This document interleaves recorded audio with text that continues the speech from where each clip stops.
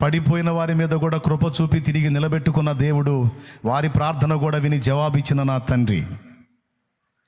కాబట్టి సంగతులు దయచేసి మిస్ అవ్వద్దు. నీ శరీరాన్ని బలహీనపరిచి ప్రార్థన చేయకుండా ఆటంకపరిచిన, మనసుని భంగపరిచి ప్రార్థనను ఆటంకపరిచిన, ఆత్మీయ జీవితంలో తొట్టుపాట్లు కలిగించి ప్రార్థనను ఆపేయడాన్ని చూసినా నువ్వు లొంగొద్దు. దీక్షాబద్ధురాలివై ప్రతిదినం మానక నీవు దేవునికి మొర్ర పెట్టాలి. ఆమెన్.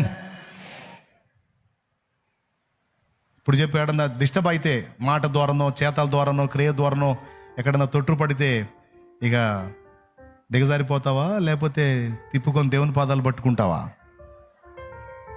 కొంతమంది అధిక నీతిమంతులు, ఒరే పడ్డావా, అయిందేదో అయిపోయింది, ఇక రారా నాయన దేవుని దగ్గర కంటే తగలే బ్రదర్. నేను ఎందుకు నేను అక్కడికి వచ్చి ఆయన అపవిత్రం చేయటం? ఓరి పరిశుద్ధుడా, అంత పరిశుద్ధి మరి ఎందుకు తిన్నావురా గడ్డి?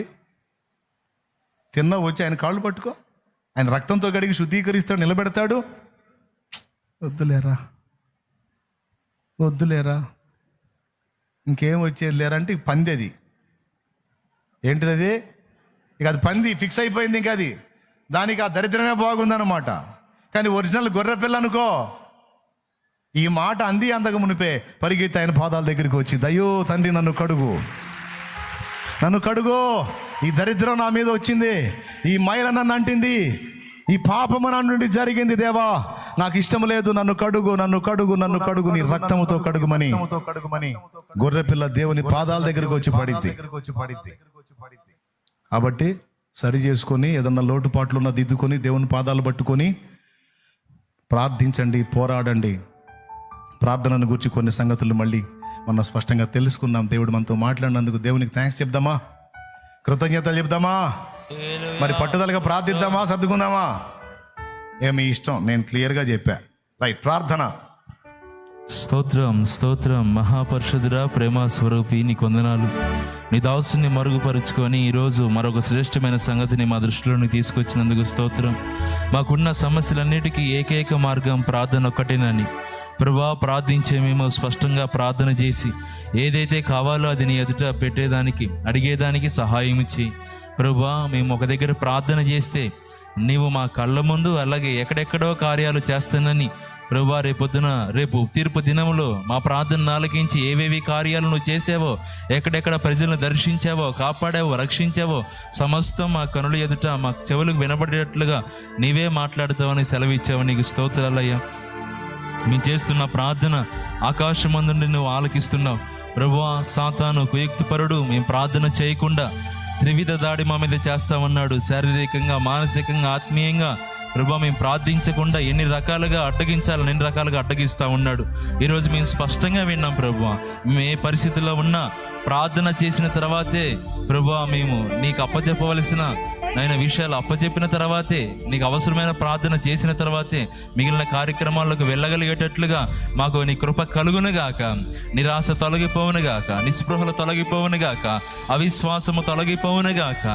ప్రభువా, ప్రార్థించే మేము ఎలాంటి స్థితిలో ఉన్నా, ఓడిపోయిన వారిగా ఉన్నా, బలహీన స్థితిలో ఉన్నా ప్రభువా, నువ్వు మా ప్రార్థన వింటావని, మా ప్రార్థన ఆలకించి గొప్ప కార్యాలను చేస్తావని మరొకసారి మాట్లాడి మా విశ్వాసాన్ని బలపరిచినందుకు నీకు స్తోత్రాలు ప్రభువా. ఇది మొదలుకొని మాలో ఈ ప్రార్థన భారాన్ని మీరు పుట్టించినందుకు నీకు స్తోత్రాలు.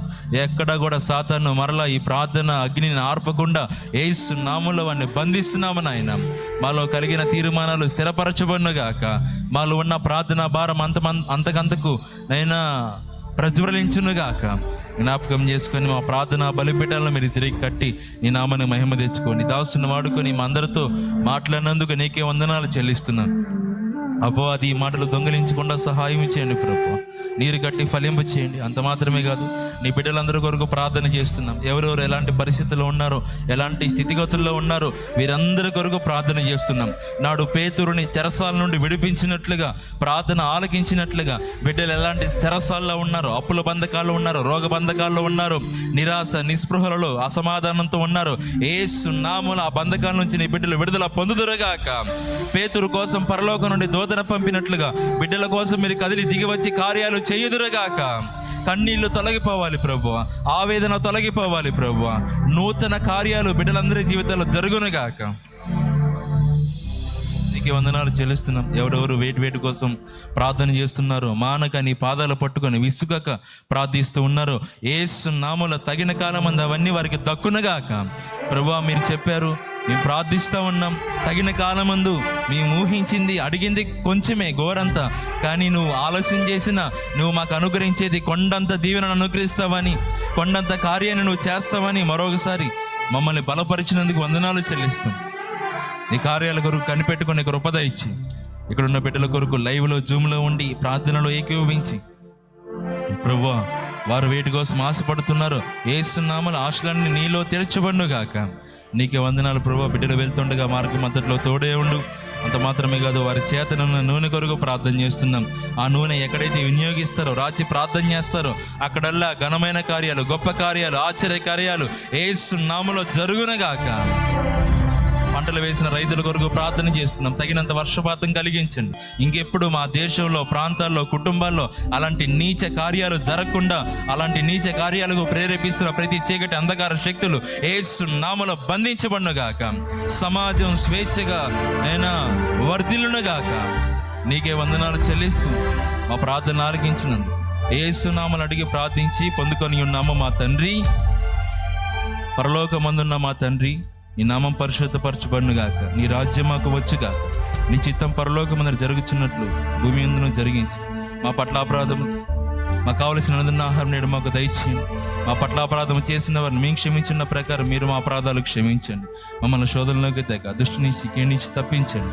ఎందుచేతనగా రాజ్యము, బలము, మహిమ, శక్తి సర్వము నిరంతరము నీవై ఉన్నావు తండ్రి. ఆమేన్.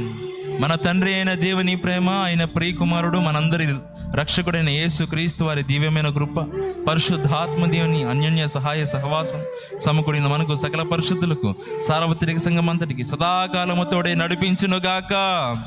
ఆమేన్. ప్రవేశ రక్తమే జయం, ప్రవేశ రక్తమే జయం. యేసు నామానికి సంపూర్ణ విజయం కలుగునుగాక. ఆమేన్. హల్లెలూయా, హల్లెలూయా, హల్లెలూయా.